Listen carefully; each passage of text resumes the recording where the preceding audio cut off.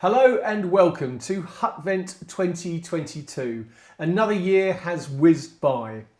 And we're going to kick off this year looking at something really mundane, which of course, because they were mundane, means that they are very hard to find now. They're very rare survivors. And that is the British Army shirt, or the Greyback as it was known. Now the Greyback shirt, called the Greyback for fairly obvious reasons, was introduced just after the Crimean War at the time of the big reorganisation and the Cardwell reforms. And pretty much unchanged, it was in exactly the same format in 1914 when the army went to war. This particular example was worn by Sergeant Haylock of 1st Suffolk Regiment, who was actually invalided out just before the war. But as you can see, it's in the familiar silver grey cloth with the NCO stripes only worn on one sleeve. And the collars were made of striped material, and unusually, in this particular case, the stripes are actually on the short edge, which means that this particular shirt was made using the end of the roll as opposed to the main part of the cloth, which would have had the stripes running all the way around it.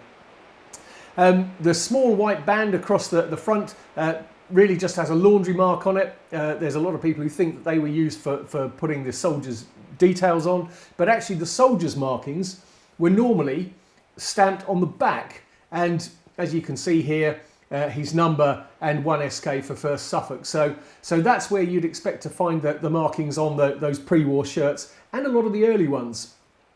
The early shirt had these pointed cuffs, and obviously as the war progressed there was a need to modify the design so the points disappear and just turn into straightforward bands, and the whole design gets simplified slightly. And of course the other problem was just getting enough cloth.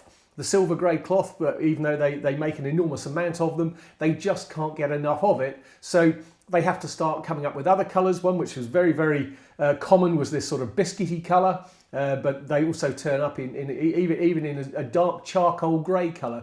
And it's not uncommon to see a group photograph of soldiers with all sorts of colours.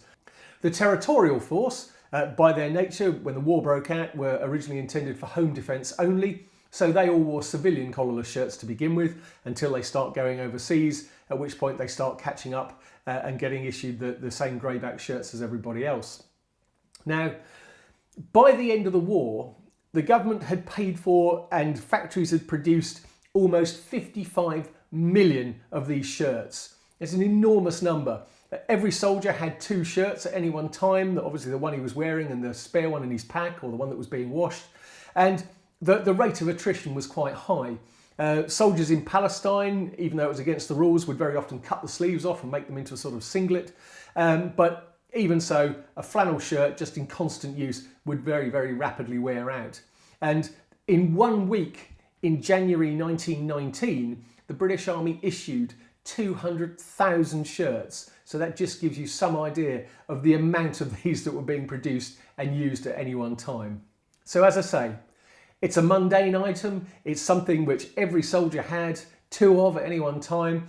And needless to say, because of that, and because of the fact that they just were a useful shirt and all of the rest of them were just worn up after the war, they are very hard to find today.